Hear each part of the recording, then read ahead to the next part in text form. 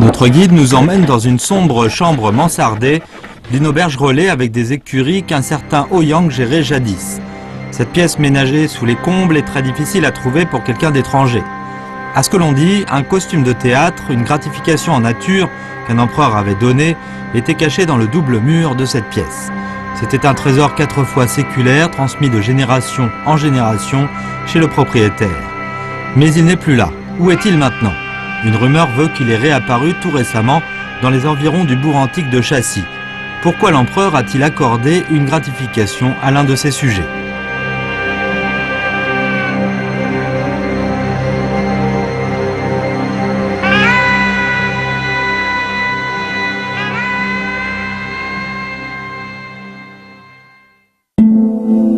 Le bourg antique de Châssis, situé entre Dali et Lijiang, est depuis la haute antiquité un important nœud de communication reliant le Yunnan du Sud et le Tibet. Le marché de Sedangzie de ce bourg fait partie depuis le 11 octobre 2001 de la liste des 101 sites menacés dans le monde pour l'année 2002, liste dressée par le WMF, le reconnaissant comme l'ultime marché ancien survivant sur l'ancienne route du thé et des chevaux. Un théâtre, une auberge relais avec des écuries, un portique commémoratif et un monastère ancien y sont en très bon état de conservation. Pourquoi un bourg montagneux retiré mais riche en monuments historiques attire-t-il autant une attention particulière d'une organisation mondiale?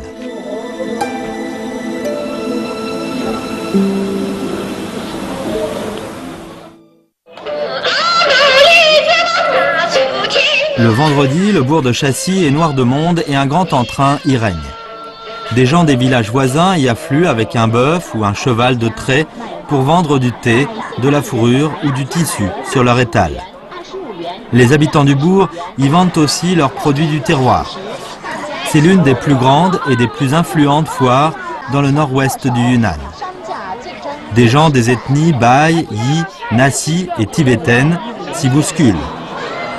Une affluence multiethnique qui dure depuis très longtemps rend le marché de Châssis bien fourni.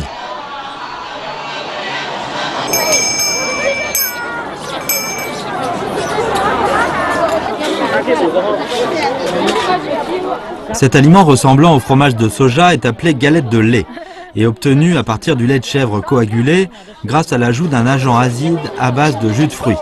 Il faut 7 ou 8 litres de lait frais pour obtenir une galette à manger nature ou frite, une spécialité exquise et tonifiante.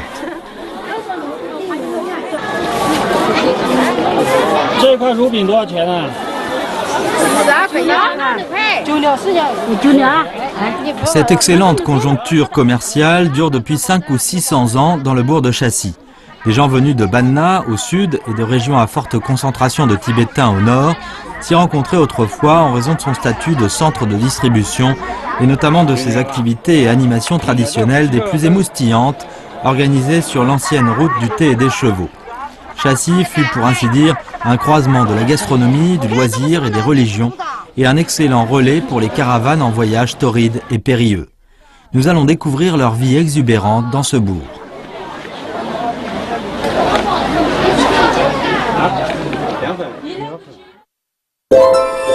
Voici la rue Carrée ou Sefandier, aujourd'hui placée sous la protection, une rue pavée de pierres taillées qui a vécu les vicissitudes des choses de ce monde. Ce n'est plus une rue animée depuis le transfert du marché en 1992. Mais on peut y retrouver toujours la splendeur d'antan, car elle était dans l'ancien temps un centre des activités culturelles de foire. Essayons maintenant de reconstituer la vie ludique des caravaniers d'autrefois dans ce site de loisirs.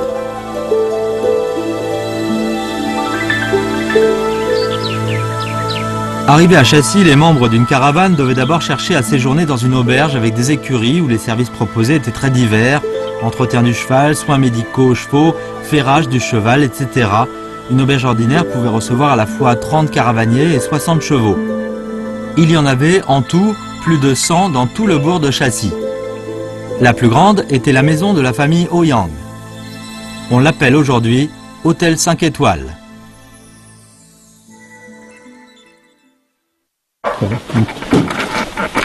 Le long d'une ruelle ancienne, nous arrivons devant la maison de la famille Ouyang.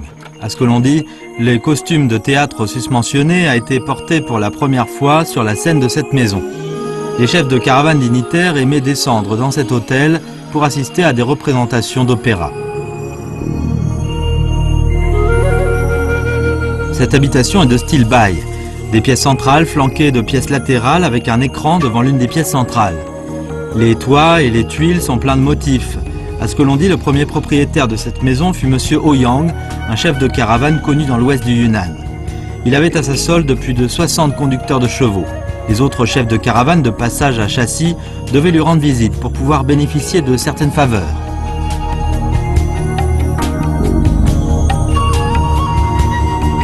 Les caravaniers étaient régalés d'un repas de 8 plats mis chacun dans un grand bol. Comme les caravaniers, voyageurs bravant le vent et la rosée, se contentaient souvent d'un seul repas proprement dit par semaine, cette maison donnait un joli nom à chacun des plats servis pour faire plaisir aux convives. 这是品牌叫做那个吉星钢造，吉星钢造，这个是千岁平安，这个是舒舒服服，这个就叫做白头偕老。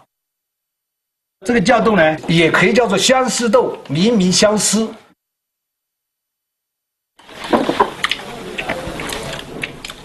Après le repas, les convives pouvaient alors admirer la décoration intérieure raffinée de cette maison. Au premier étage de l'aile centrale du bâtiment, on trouve un tabernacle consacré à l'adoration des ancêtres. 这个神龛呢，它是连在墙体上，墙体供桌这个神龛合为一体的这样一个木构建筑，它的做工非常精美。我们看到这个玻璃，神龛上的这个玻璃，当时我们 欧阳大院的这个马帮生意做到了这个印度和西藏，当时英国的东印度洋公司有这个生意上的往来，所以当这个东印度洋公司得知欧阳家要新建主宅，所以就捐赠了给欧阳马帮，现在已经历经了100多年了。 Cette chambre réservée autrefois au tabernacle est libre maintenant. Un lit à usage multiple et spécial est installé dans un coin de la chambre.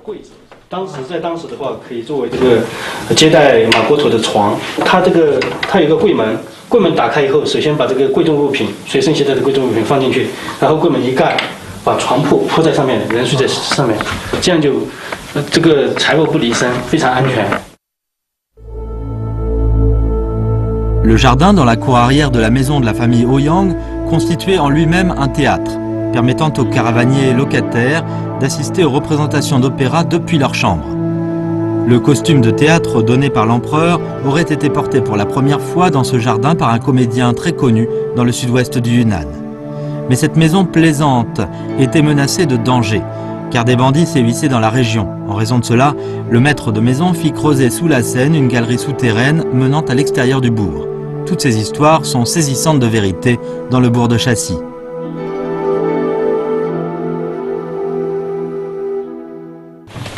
C'est une chambre mystérieuse. Notre guide nous fait savoir que le maître de maison avait fait construire un coffre-fort, refuge pour les objets de valeur. 这是我们欧阳大院建盖的时候设计的一个墙体里的保险柜。它的功能是什么呢？它主要就是为了应急需要，如果士登村里进入了土匪，那这个主人家得到消息以后，就赶快把自己还有包括入住客人的这些贵重的物品。 放到里面。这个入店有一个特殊的规矩，这个规矩是什么呢？就是每一个入店的这个马国头，你睡觉的时候必须要把一点碎银子或者几枚铜钱放在这个床头。这个起什么作用呢？就是以免土匪来到这里抢劫以后空手而归，那他就会非常愤怒，有可能会放把火把这个整个大院烧了。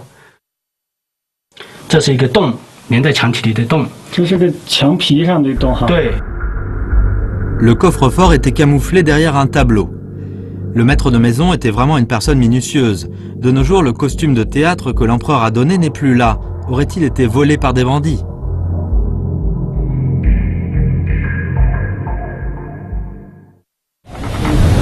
Nous sommes arrivés dans le temple Xingdia, situé dans la rue Carrée. À ce que l'on dit, le costume de théâtre en question y aurait été aussi caché pendant la guerre et les troubles. Beaucoup d'habitants de Chassis allaient y cacher leurs trésors, transmis de génération en génération. 它是建于明朝的这个永乐15年，也是公元1417年。它的这个主要特点就是多梁多柱，还有斗拱比较大。 Dans la région de Dali, chaque village a un temple où trône un dieu local, tandis que le temple Singdia est l'un des rares temples bouddhiques.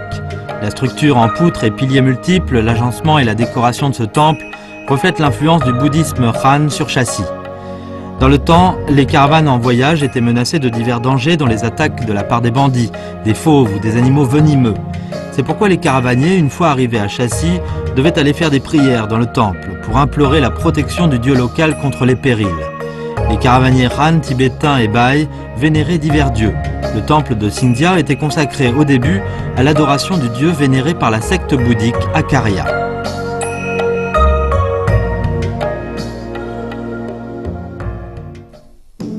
Le centre du bourg antique de Chassis est Sedangzie, qui dans la langue Bai veut dire village entourant un temple. Le temple de Singdia était pour ainsi dire un foyer spirituel commun des caravanes venues de divers coins. Nous n'avons aucune nouvelle du costume de théâtre disparu. Juste à ce moment, un concert de musique Dongzing sur le thème de la vie royale va commencer sur une scène ancienne, dressée dans la rue Carrée.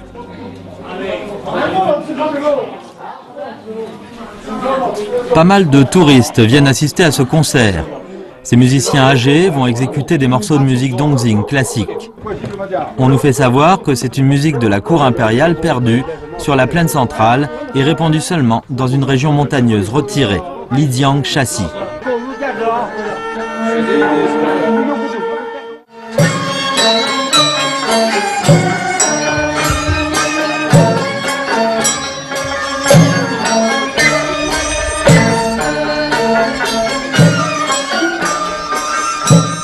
L'origine de la musique Dongzing remonte à la dynastie Trang et elle a connu son plein développement sous les dynasties Ming et Qing.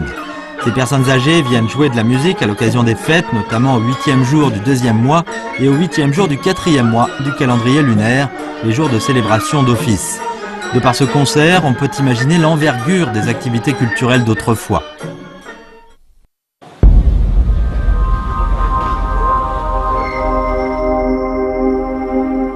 À Chassis, on compte 19 scènes de théâtre imposantes aux avant-toits superposés et relevés comme celui-ci. Alors que la route du thé et des chevaux était très passante, la scène de théâtre était la plus importante installation ludique pour les caravanes.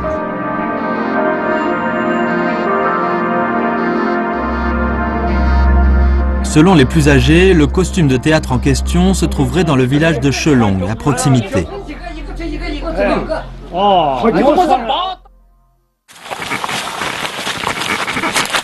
Un guide nous emmène jusqu'au village de Chelong. Dès notre arrivée, le chant d'un adolescent attire notre attention. Quelqu'un est en train de lui apprendre les techniques de chant.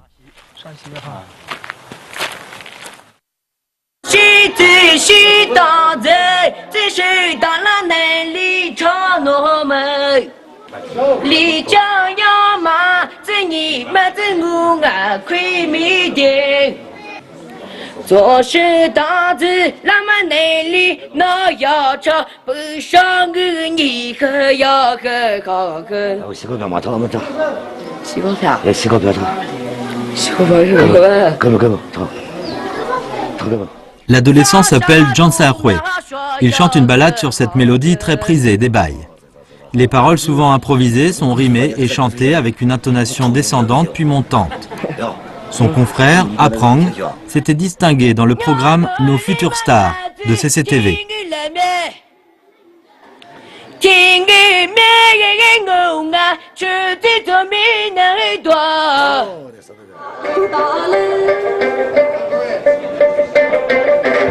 Dans ce village de villégiature montagneuse, 80 à 90% des villageois sont de bons chanteurs. Ils répètent des pièces d'opéra ou composent de la musique en profitant de leurs loisirs. Si bien que leur village devient une mer de chants les jours de fête. Parce que l'on dit dans le temps, beaucoup de caravaniers, une fois arrivés à Chassis, voulaient aller participer à une rencontre de dialogue chanté entre filles et garçons. Il arrive qu'un garçon laisse de son plein gré et à jamais son cœur dans le village pour avoir des vues sur une jeune chanteuse. Quant à nous, notre centre d'intérêt est focalisé sur l'opéra antique.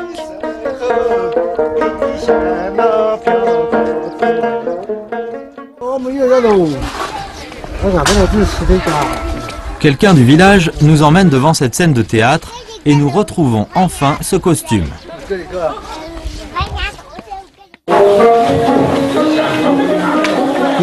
老戏服吗？老戏服。有多长时间了？这戏服？这好的几百年了。啊。你看看啊，这上面是镜子哈。镜子。Ce costume crasseux et râpé laisse voir les vicissitudes qu'il a vécues. Nous sommes dans l'impossibilité de connaître les comédiens qui l'ont porté il y a 400 ans, mais connaissons sa grande valeur. Comment ont fait les villageois pour avoir pu conserver ce costume de théâtre si fragile jusqu'à nos jours? Voici le secret. Le costume est mis dans une cantine fermée par 3 cadenas, dont les clés sont laissées en la possession de 3 personnes. L'ouverture de la cantine exige la présence des 3 détenteurs de clés en même temps. Pour prévenir les moisissures et les parasites, ce qui est le plus difficile, on doit l'exposer au soleil après chaque représentation et le désinfecter en l'aspergeant d'alcool avant de le replacer dans la cantine. Car le costume de théâtre est brodé avec raffinement. Le dos est souvent empesé et donc non lavable. Quelques pièces d'opéra a-t-on joué avec son costume ancien, comme celui-ci dans le temps. L'empereur aurait-il vraiment donné en gratification un costume de théâtre à quelqu'un vivant dans les profondeurs de la montagne? Une grotte dans la roche d'une montagne à proximité est à même de nous donner une réponse.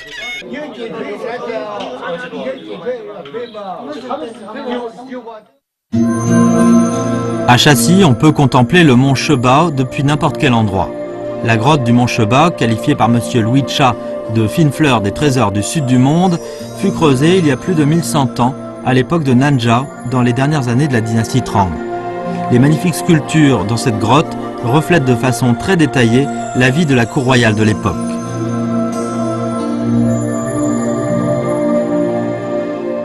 这个石窟雕刻的就是南诏第6代国王沂蒙玄宫廷里面的议政图。这窟的服饰上圆领长袍，然后他的右手边佩大刀进的那一期就是宫廷里边的侍卫。你看他的袖子非常宽，这是唐朝的服饰特点。然后这就体现了中原汉文化的一个特色。然后前边的2个折像，当时把它称为清平冠，它冠帽的帽檐往2边平伸，这是就是宋朝时候的特色，所以它就其实体现了说唐宋中原服饰的一些特色。 Chassis est depuis l'Antiquité un pôle d'échange culturel et d'interpénétration de diverses cultures. Les plastiques des statues de Bouddha sont très diversifiés dans la grotte du mont Chebao. La statue du roi Ming avec 3 têtes et 6 bras illustre on ne peut mieux une assimilation de la culture propre à la secte tantrique du bouddhisme indo-tibétain aux époques de l'état Nanzhao et de l'état Dali. Outre l'histoire de certains souverains et l'histoire des religions, certaines statues sont consacrées à l'histoire de l'ancienne route du thé et des chevaux.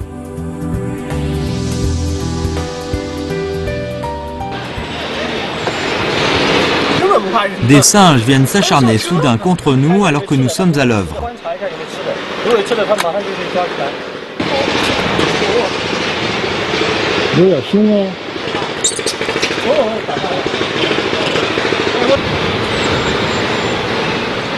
Dans les religions indiennes, le singe est considéré comme un animal divin.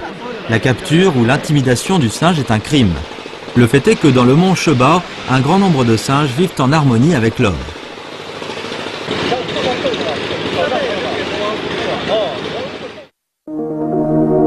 Les vestiges de la culture de la plaine centrale dans la grotte du mont Chebao nous permettent de connaître les échanges spéciaux qui avaient lieu à cette époque-là. La cour de la dynastie Ming adopta une politique de transfert démographique dans le but de faire mieux connaître la culture de la plaine centrale aux populations de la région de Chassis. Divers opéras de la plaine centrale, introduits par les migrants, ne tardèrent pas à se répandre à Chassis. Plus tard, des puits salants y furent creusés. La cour impériale y a instauré beaucoup de postes de contrôle en vue de récolter un maximum de gabelle sur le sel. L'empereur donna en récompense des costumes de théâtre aux militaires gabelots. Ces militaires les prenaient pour des trésors et les transmettaient de génération en génération en tant que témoins des échanges culturels.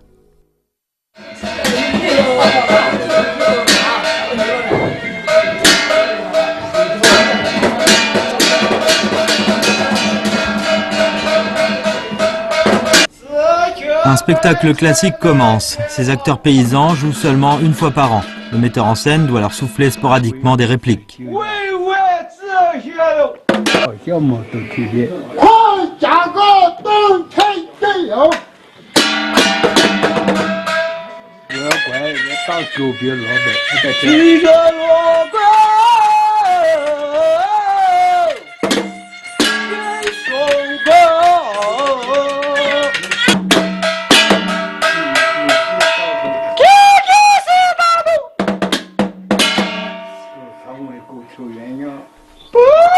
La pièce qu'il joue est intitulée Mu Guiying, défait l'ennemi en formation, porte céleste.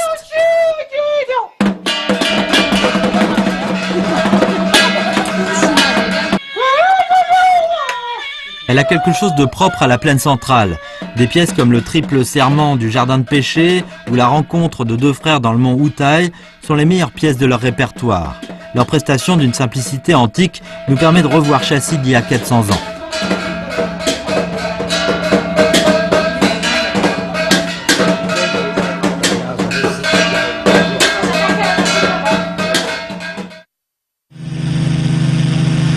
Vue à vol d'oiseau, la rue Carrée et ses 3 ramifications antiques sont dans un très bon état de conservation.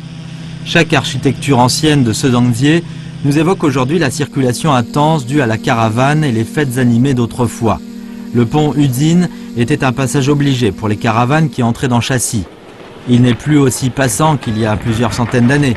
Ces piliers d'une simplicité antique sont devenus un centre d'attraction et de loisirs pour les enfants.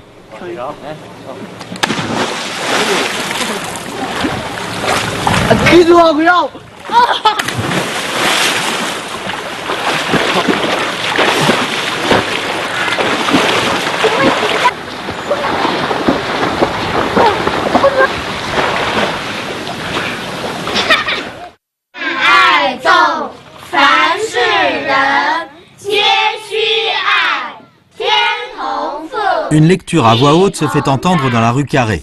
Mademoiselle Yeze apprend à des enfants les règles aux disciples.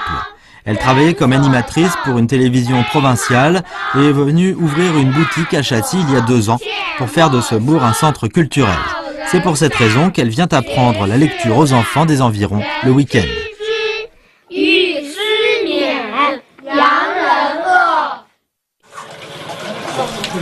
Un couple de retraités de Shenzhen a aménagé une maison ancienne pour en faire une cafétéria dans la rue Carrée. Les 2 vieux époux ont une parfaite maîtrise de la préparation d'un bon café. Diverses civilisations introduites par les caravanes se sont interpénétrées et se sont transmises ici, à Chassis, pendant plusieurs centaines d'années. De nos jours, la route Yunnan-Tibet a provoqué le déclin de l'ancienne route du thé et des chevaux. Mais s'y poursuit sans interruption une nouvelle rencontre de diverses cultures, introduites respectivement par les camions ou les avions.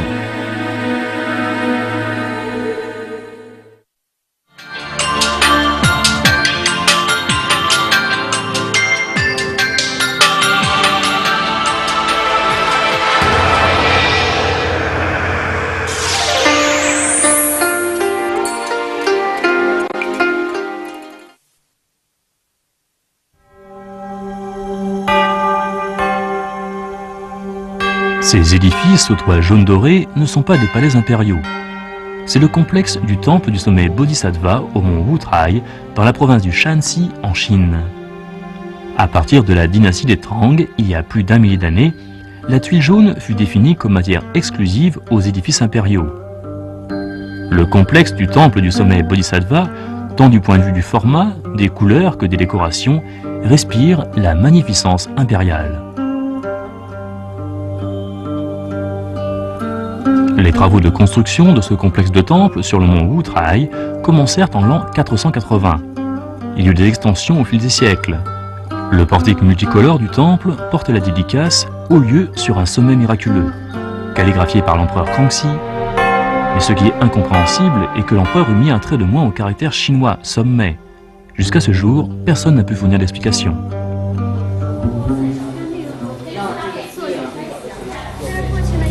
Dans la cour centrale, les caractères « Haut lieu sur le mont Wutai » gravés sur la stèle furent aussi calligraphiés par l'empereur Kangxi. Par ces inscriptions lithiques, on peut pressentir que ce complexe de temples n'allait pas être un temple quelconque.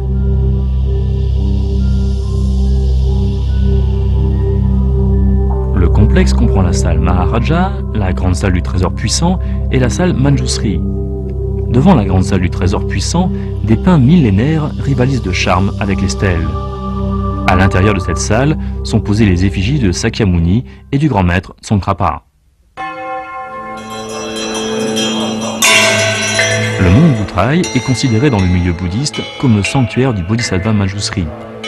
Comme les peuples Han, mongols, tibétains et autres ont la foi en Manjusri, le sommet Bodhisattva devint, après la dynastie des Song au XIIIe siècle, un haut lieu de pèlerinage pour les lamas tibétains et mongols. Les souverains de différentes dynasties profitaient juste de cette foi chez la population pour parvenir à l'unité des ethnies sur le plan idéologique.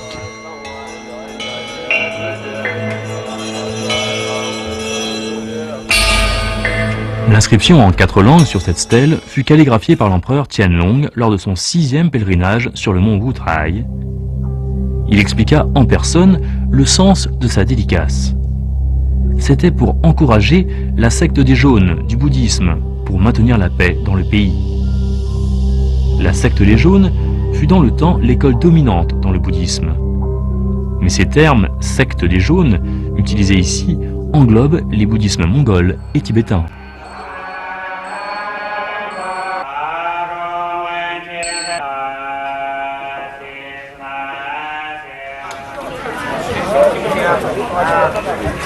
Le mont Wutrai occupe une place prépondérante dans la culture du bouddhisme tibétain et Han.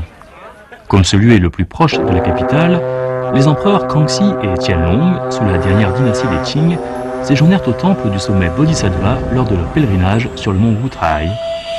C'est derrière cette porte que c'est encore des Qing ont séjourné.